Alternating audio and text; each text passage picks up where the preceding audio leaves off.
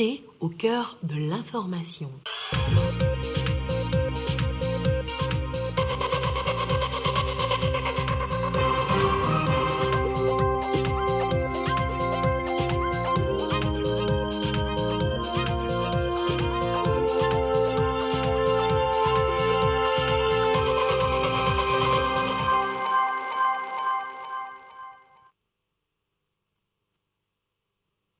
Ce 24 janvier, le 48e anniversaire de l'attentat de Sarakawa, un crash d'avion criminel qui a failli ôter la vie au père de la nation, feu président Gnassingbé Eyadema, le 24 janvier 1974. Le chef de l'État, Faure Essozimna Gnassingbé, a pris part à la cérémonie officielle marquée par un dépôt de gerbes au mausolée de Sarakawa. Le médiateur de la République, Awanana Daboya, va bientôt démarrer la mission qui lui est assignée, celle de recevoir la déclaration des biens et avoirs des hautes personnalités et autres agents de l'État. Étant donné que la charité bien ordonnée commence par soi-même, Madame Awanana s'est acquittée de ce devoir ce matin devant la Cour constitutionnelle. À suivre également la suite et la fin de la Rétro 2021 avec Esther Laclé et c'est dans un instant. Et puis le Burkina Faso a annoncé avoir renversé le président Roch Kaboré, suspendu la Constitution et dissous le gouvernement et l'Assemblée nationale. La communauté internationale a condamné le coup d'État. Voilà pour les titres. Bonsoir à toutes et à tous. Le Togo commémore ce 24 janvier l'attentat de Sarakawa. Il y a 48 ans, aujourd'hui, le père de la nation togolaise a failli perdre la vie à Sarakawa dans un attentat déguisé en accident d'avion parce qu'il défendait la cause du pays. Le président Gnassingbé Eyadema n'est pas mort ce jour-là. Cependant, certains valeureux Togolais n'ont pas survécu à l'accident. Chaque année, une cérémonie est organisée au lieu du drame pour saluer leur mémoire. Cette année encore, le chef de l'État, Faure Essozimna Gnassingbé, qui a présidé cette cérémonie officielle. Je vous propose d'abord les images de l'arrivée du président de la République sur le site. Regardez.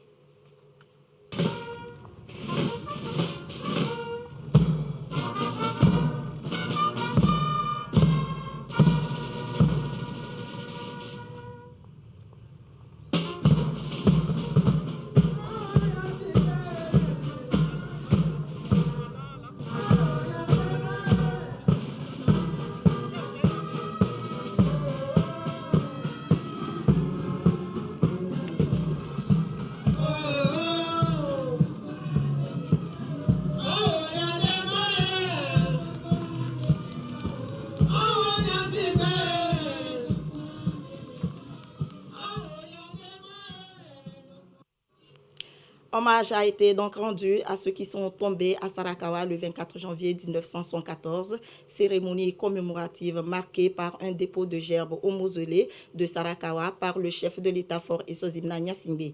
La cérémonie proprement dite avec Nestor Mouzou. Sarakawa évoque un souvenir douloureux.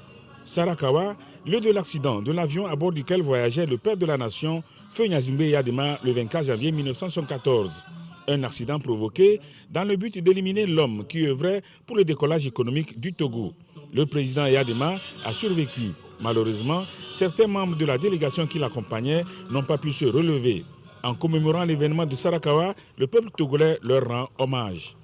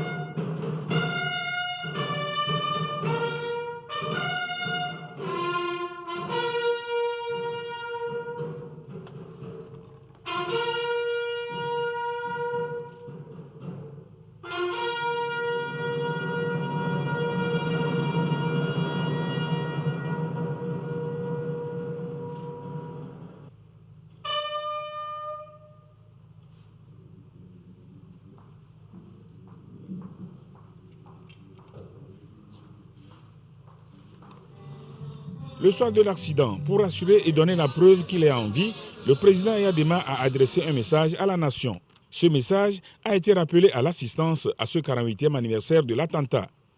Mes chers compatriotes, militantes et militants du Rassemblement du peuple togolais, vous avez appris la triste nouvelle de l'accident de l'avion à bord duquel je me trouvais.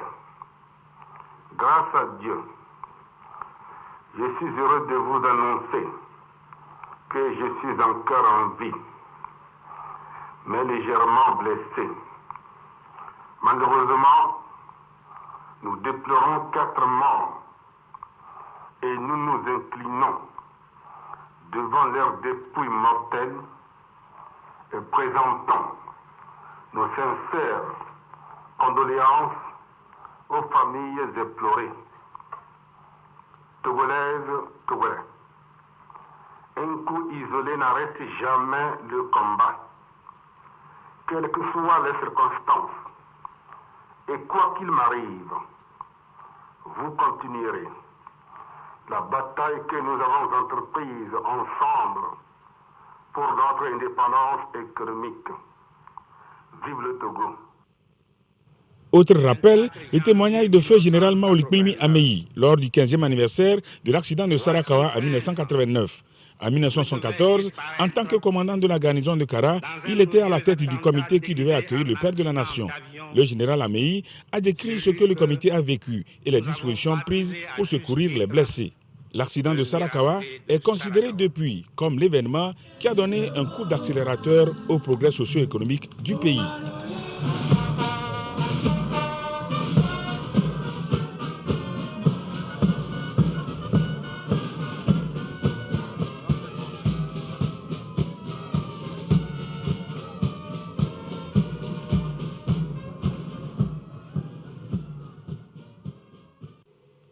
Voilà donc ce qu'on peut retenir du 48e anniversaire de l'attentat de Sarakawa, célébré ce jour.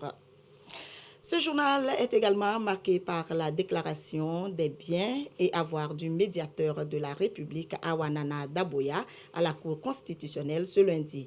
L'exercice est mené dans le contexte de la loi organique du 24 janvier 2020.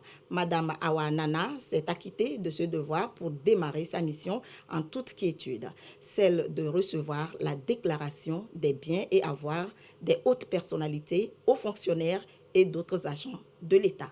Ekwesala.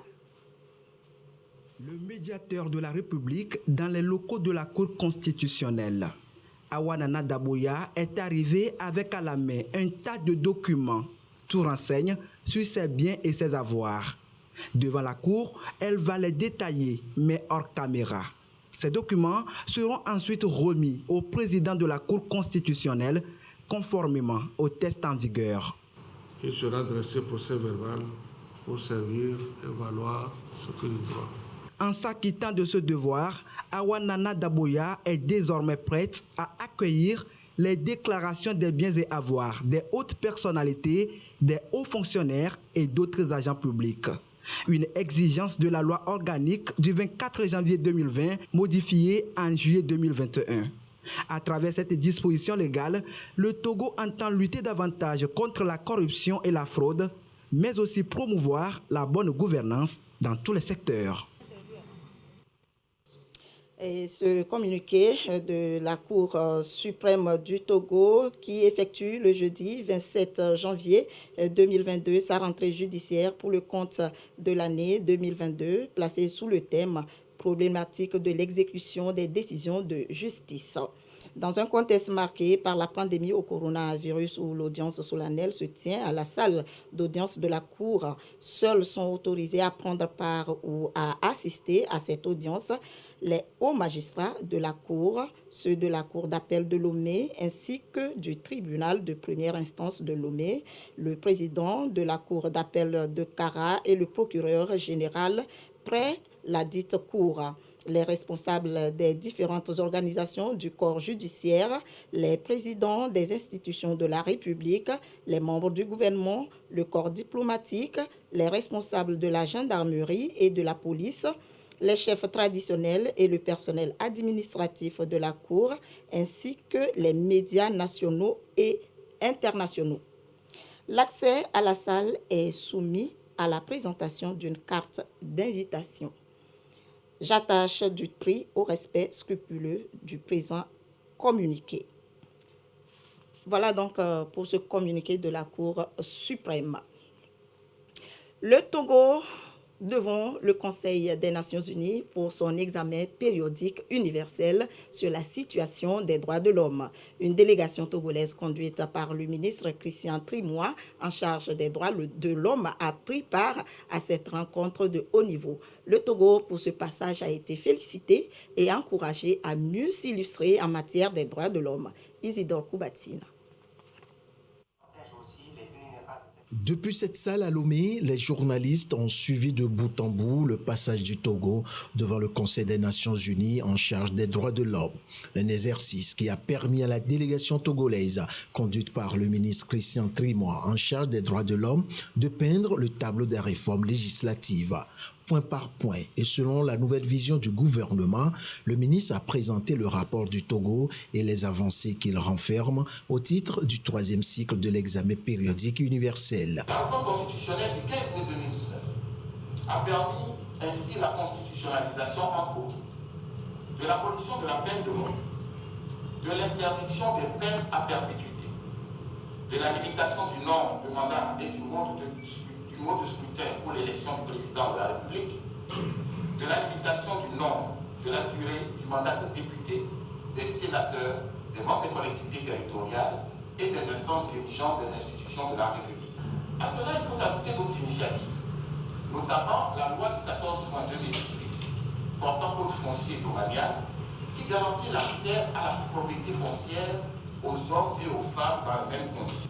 Dans le cadre des mesures destinées à soulager les personnes vulnérables exposées aux conséquences de la COVID-19, le gouvernement a mis en place un programme de transfert monétaire électronique dénommé NOMS, qui signifie en langue locale solidarité, dont les femmes ont été majoritairement bénéficiaires et pris en charge des frais correspondant au plan social d'eau et d'électricité, ainsi que la réduction des coûts de logement pour eux. Par ailleurs, la feuille de route du gouvernement pour la période 2020-2025 concentre une part importante des actions prioritaires et des moyens sur le renforcement de la création d'emplois pour les jeunes en jugulant les impacts socio-économiques de la COVID, ainsi que sur l'inclusion sociale et l'harmonie sociale. Pour toutes ces avancées remarquables, le Togo a été unanimement salué et félicité par l'ensemble des pays partenaires. Pour améliorer la situation des droits humains, il a été formulé au Togo certaines recommandations relatives, entre autres, à la dépénalisation de la diffamation et le droit à la liberté d'expression. Des dispositions qui sont filles de la démocratie et de l'état de droit. Nous considérons que le maintien de dispositions pénales dans notre code relativement à la diffamation permet d'encadrer et de consolider la démocratie. Je voudrais ici aussi rappeler que non seulement la Constitution garantit ce droit-là, mais également la loi à travers le Code de la presse et de la communication, dans son article 170, qui sanctionne le délit d'entrave à la liberté d'expression. Le ministère de la Sécurité et de la Protection civile a mis un mécanisme en place à travers un autre numéro court, le 1014, pour signaler librement des faits de corruption des agents de sécurité.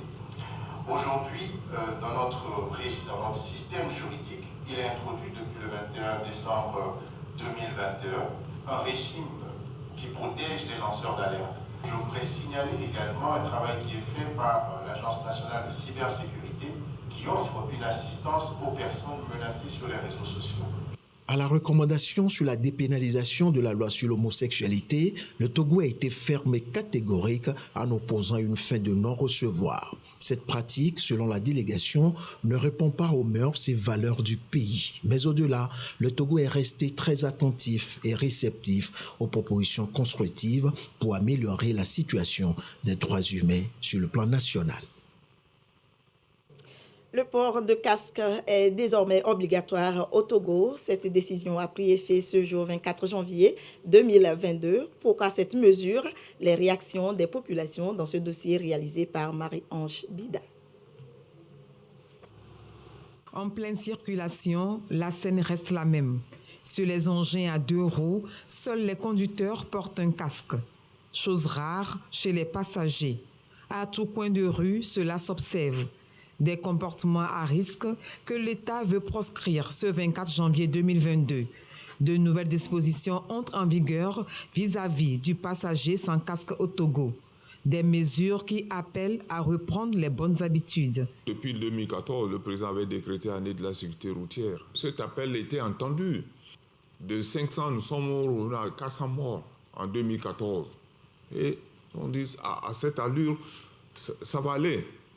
Mais 2015, c'est comme si on nous a dit, bon, vous avez travaillé, maintenant dormez. Et tout le monde a relâché. Il y a eu un relâchement. Le port de casque, ça avait bien débuté, ça avait bien commencé.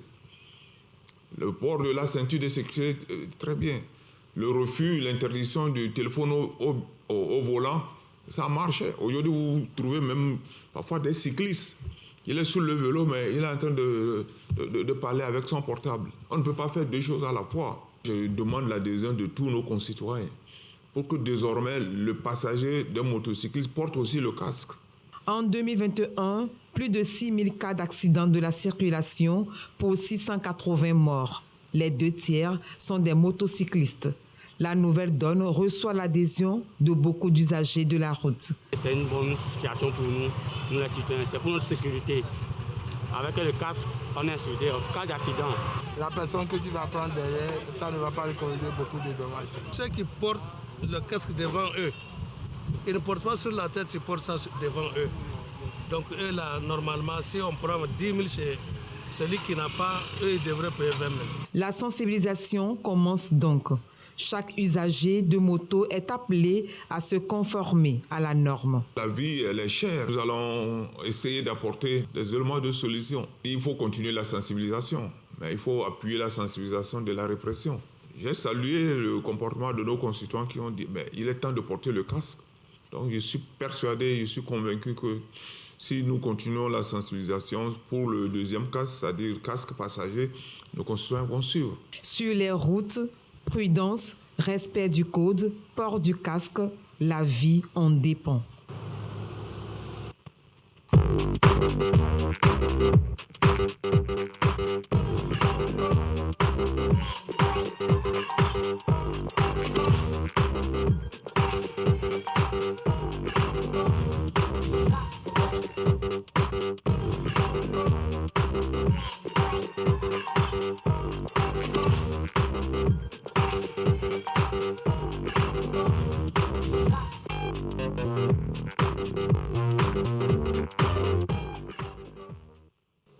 C'est l'heure de la rétro 2021 avec Esther Laclé. Bonsoir Esther. Bonsoir Nadège. C'est la suite et la fin aujourd'hui. Effectivement. Et qu'est-ce qu'on a au programme? Alors ce soir, nous allons parler économie togolaise et actualité internationale en 2021. Alors, on y va avec le premier sujet. L'économie togolaise, après un ralentissement dû au Covid-19, a été beaucoup plus résiliente et performante en 2021. Les prévisions de croissance sont bonnes. Elles sont estimées à 5,3. Retour donc sur les événements marquants et faits économiques en 2021 avec Mathias Touglo. L'économie togolaise s'est encore bien comportée en 2021 malgré la crise sanitaire qui a compromis toutes les prévisions économiques de par le monde. En dépit de cette crise et au moment où bon nombre de pays de la sous-région sont entrés dans un cycle de récession, le Togo a eu à faire preuve de sa capacité de résilience.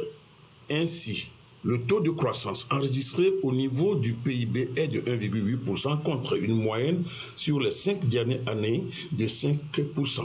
Seuls les pays faisant preuve d'audace et d'innovation ont tiré leur épingle du jeu. C'est ce que le Togo a fait, tant dans sa réponse rapide et vigoureuse à la crise que dans la poursuite des réformes et des projets structurants. La feuille de route et les récentes réalisations en infrastructure, fruit du partenariat public et privé, PPP, en sont l'illustration de la volonté des plus hautes autorités qui veulent inscrire le Togo dans la stratégie des 3 R, riposte, résilience et relance. Dans ce contexte, des appuis importants ont été faits au secteur privé, tant sur le plan fiscal que bancaire ou sur le plan des dépenses sociales. La revue Africa Pulse de la Banque mondiale, dans son rapport publié le 6 octobre dernier, classe le Togo en 5e position des pays africains ayant fait preuve d'efficacité dans la gouvernance économique malgré la crise sanitaire. D'après ce rapport sur l'adaptation des pays africains au changement climatique et à la transformation économique au Togo, les mesures déployées en réponse à la pandémie représentent 6,8% du PIB et c'est ce qui justifie son classement dans le top 5.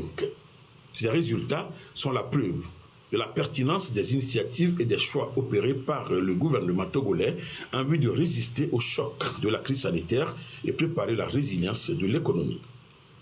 Comme on peut bien le remarquer aussi, le Togo a adopté une trajectoire différente en décidant d'investir dans les secteurs prioritaires et porteurs. En fin d'année, le conseil d'administration du groupe de la Banque africaine de développement BAD a approuvé le nouveau document de stratégie pays 2021-2026 pour le Togo. Il servira de cadre de référence pour les interventions de la banque et appuiera la feuille de route gouvernementale 2021-2025 du Togo. La stratégie vise à soutenir l'accélération de la transformation structurelle et la diversification de l'économie togolaise afin de créer des emplois décents à forte valeur ajoutée et à bâtir une résilience socio-économique pour une croissance durable et inclusive. Cette feuille de route gouvernementale ambitionne de faire du Togo une nation moderne. 42 projets et réformes prioritaires bien définis constituent cette feuille de route. Pour la 2e année consécutive, le Togo opte pour le budget programme avec l'adoption du budget 2022 qui connaît une hausse de 4,5% intervenue le 27 décembre 2021. Cette loi de finances gestion 2022 s'équilibre en ressources et en charges à 1779,2 milliards de francs CFA contre 1702,9 milliards de francs CFA dans la loi de finances rectificative 2021. Ce budget reste orienté en direction des priorités sociales du gouvernement. Éducation, santé, inclusion financière, lutte contre la pauvreté. La riposte et la résilience face à la crise sanitaire actuelle matérialisée par la relance enregistrée au cours de l'année 2021 à travers un taux de croissance estimé à 5,3% contre 1,8% en 2020 constitue le fruit de la justesse de la vision des plus hautes autorités face aux défis de l'heure. L'actualité au plan international a été très riche en 2021. Terrorisme, djihadisme, coup d'État, pandémie due au Covid-19. Elle a été justement dominée par ces fléaux qui ont remis en cause les efforts des gouvernants. Le point sur l'actualité internationale en 2021 avec Issaka Haruna avec la voix de Ekosala. En Afrique et plus précisément en Afrique de l'Ouest, l'ère des coups d'État a malheureusement refait surface. Le Mali, la Guinée et le Soudan, 3 pays au parcours politique historique presque identiques, l'ont prouvé. Ils ont connu des coups d'État cette année 2021. Un bis repetita pour ces pays dont le destin de l'histoire s'est souvent écrit avec le chamboulement des ordres politiques au sommet. Ils sont actuellement dirigés chacun par une junte militaire pour des transitions dont nul ne peut prédire pour le moment la fin. Une situation de nébuleuse dans laquelle se retrouve également le Tchad qui a perdu tragiquement le maréchal Idriss Déby Itno au 2e trimestre 2021. Actuellement, c'est son fils général Mahamat Idriss Déby qui dirige le pays. S'il est incontestable que la stabilité interne est apparemment plus avancée en N'Djamena, Bamako, Conakry ou encore Khartoum restent dans le vague. Le processus de dialogue et de réconciliation qui pourrait aider à rassurer les populations et la communauté internationale piétine encore. Au même moment, sur le plan sécuritaire, la région du Sahel reste en proie aux groupes terroristes et à un djihadisme inouï qui embrase et endeuille les populations. Les attaques, les explosions sont quasi quotidiennes avec leur lot de victimes et de déplacés. Pire, la crise s'est généralisée et a tendance à s'étendre aux pays voisins de cette région. Loin de s'avouer impuissante face à la montée du terrorisme et au retour des coups d'État dans la sous-région, la CEDEAO reste sur le qui-vive.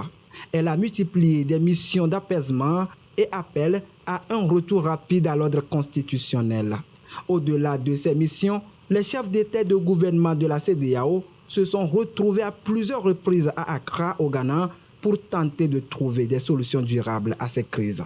Un peu plus à l'est de l'Afrique, la situation n'a pas été non plus sereine.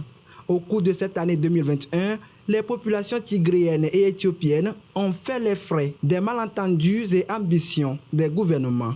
Ces pays de la Corne de l'Afrique se sont combattus pour des tracés de leurs frontières, faisant des milliers de morts et de déplacés.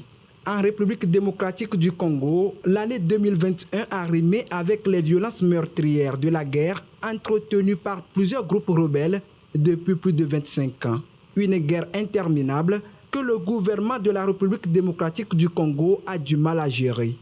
En Afrique du Sud, le fait marquant, c'est bien la disparition du héros de la lutte anti-apartheid et prix Nobel de la paix Desmond Tutu. Un homme dont la personnalité charismatique et le combat contre l'apartheid a été remarquable dans son pays. L'année 2021, ce n'est pas que de mauvaises nouvelles, elle a fait naître de l'espoir et de la joie. En milieu d'année, l'ancien président ivoirien Laurent Gbagbo a pu regagner sa terre natale au terme d'un long procès à la Cour pénale internationale. Il venait d'être définitivement acquitté, tout comme son ministre de la Jeunesse, Charles Blé Goudé.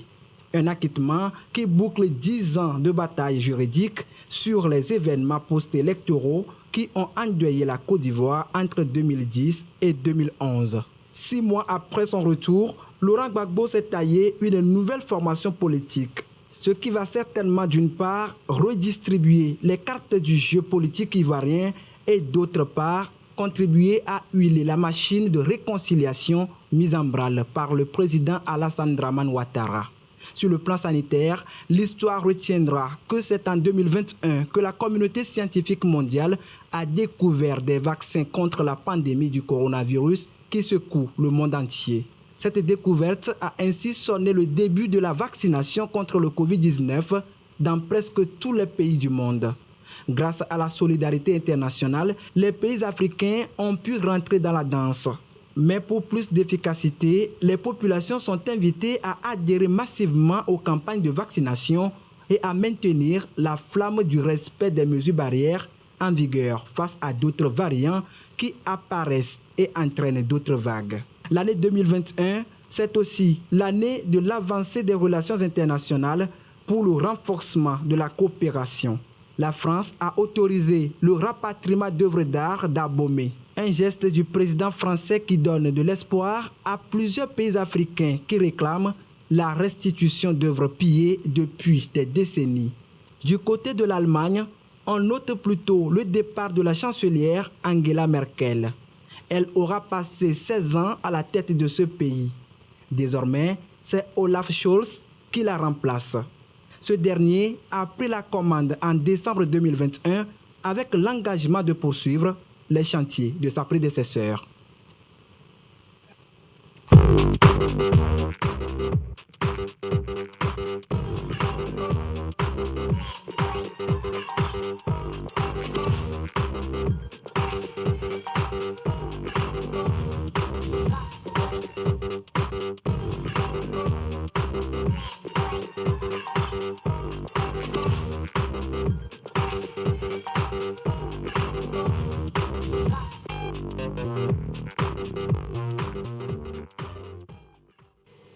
Et voilà donc ce qu'on peut retenir de la rétrospective 2021 au Togo et dans le monde. À très bientôt pour d'autres informations. Merci Nadège. Merci Esther et à très bientôt. À bientôt. L'actualité, c'est aussi le Burkina Faso où des militaires en uniforme ont annoncé à la télévision avoir pris le pouvoir. Le président Kaboré a démissionné et les putschistes ont aussi prononcé la dissolution du gouvernement et la fermeture des frontières. Washington et l'Union européenne ont appelé à la libération immédiate de Kaboré, lui qui avait tweeté en invitant ceux qui avaient pris les armes à les déposer dans l'intérêt de la nation. La France a appelé ses ressortissants à éviter tout déplacement dans le pays. Les pays de l'Afrique de l'Ouest étaient déjà inquiets d'une tentative de coup d'État depuis ce matin. On écoute les militaires qui viennent d'effectuer un coup d'État au Burkina Faso. Le mouvement qui regroupe toutes les composantes des forces de défense et de sécurité.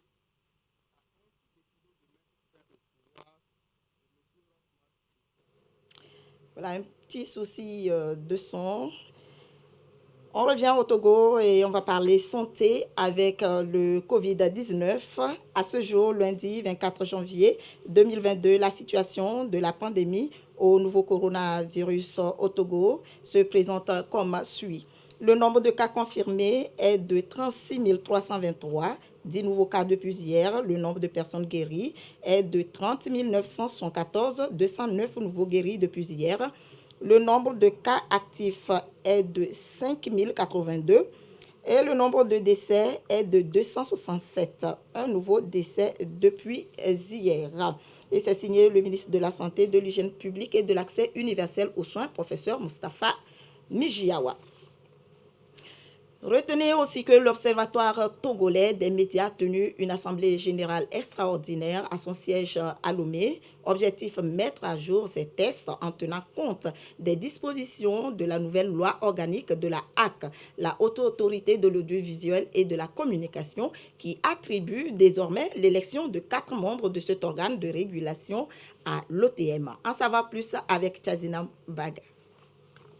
Je voudrais ici rappeler que l'Observatoire togolais des médias OTM revisite ici ses textes réglementaires. Un exercice extraordinaire qui fait suite à l'adoption de la nouvelle loi organique de la Haute Autorité de l'Audiovisuel et de la Communication HAC. Le 16 novembre dernier, l'Assemblée nationale a procédé à la relecture de la loi organique relative à la Haute Autorité de l'Audiovisuel et de la Communication. Et dans cette relecture, l'Observatoire togolais des médias est désormais associé au processus de désignation des membres de la HAC pour ce qui concerne des 4 membres qui seront issus du monde des médias.